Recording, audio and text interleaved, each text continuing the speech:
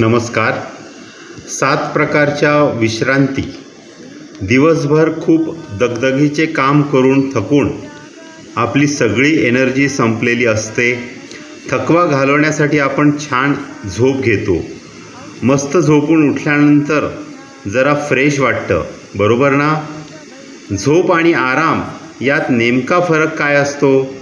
आपण मस्त झोप पूर्ण केल्यानंतर आपल्याला एकदम फ्रेश वाटायला लागतं. आपल्यामध्ये एनर्जी येते. झोप पूर्ण करणे म्हणजेच आपल्याला गरज असलेल्या विश्रांतीची पूर्तता करणे नक्कीच नाही. आपण जीवनात विश्रांतीचे महत्त्व जाणून घेत नाही, त्यामुळे आपल्यामध्ये कायम विश्रांतीची कमतरता भासते.